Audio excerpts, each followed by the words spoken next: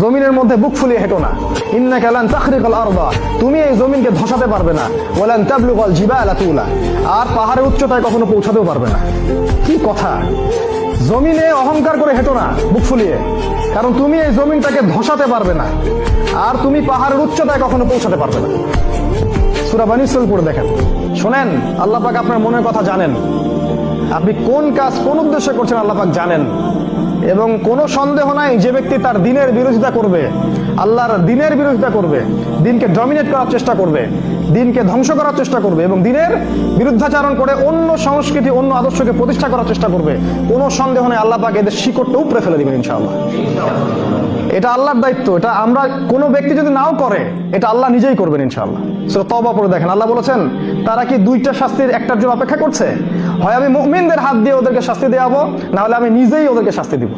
সাহাবীরা বলতেন এই যুগে কি মানুষের বিবেক চলে যাবে? নবীজি বলতেন এই যুগের মানুষগুলো হবে আবর্জনার মতো, কীটপতঙ্গ আবর্জনার মতো।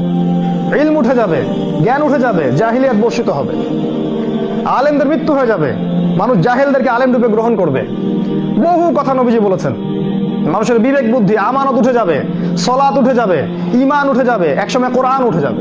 কোরআন মানুষ পড়বে, কোরআনের মর্ম তার গলার নিচে নামবে না। মানুষ মদ খাবে, হালাল মনে করে খাবে, জেনা করবে, হালাল মনে করে করবে, আল্লাহ বিরোধী শরিয়া কায়েম করবে, হালাল মনে করে করবে। এগুলো শেষ জামানার সাইন নবীজি বলে গেছেন। প্রচুর ভূমিকম্প হবে, প্রচুর মহামারী ছড়াবে, সময় সংক্ষিপ্ত হয়ে যাবে, মানুষের দিন চলে যাবে একটা ঘন্টার মতো, মাস চলে যাবে একটা সপ্তাহের মতো, একটা বছর চলে যাবে একটা মাসের মতো। চারিদিকে ফিতনা এমন ভাবে ছড়াতে থাকবে, একটা ফিতনা মালা ছিঁড়ে গেলে যেমন করে পড়তে থাকে পুঁতিগুলা, ওইভাবে ফিতনা ছড়াবে। প্রচুর হত্যাকাণ্ড হবে, চারদিকে জিনা, ব্যভিচার, হত্যা, খুন, ঘুষ, ধর্ষণ, দুর্নীতি ছড়ায় যাবে সমাজে।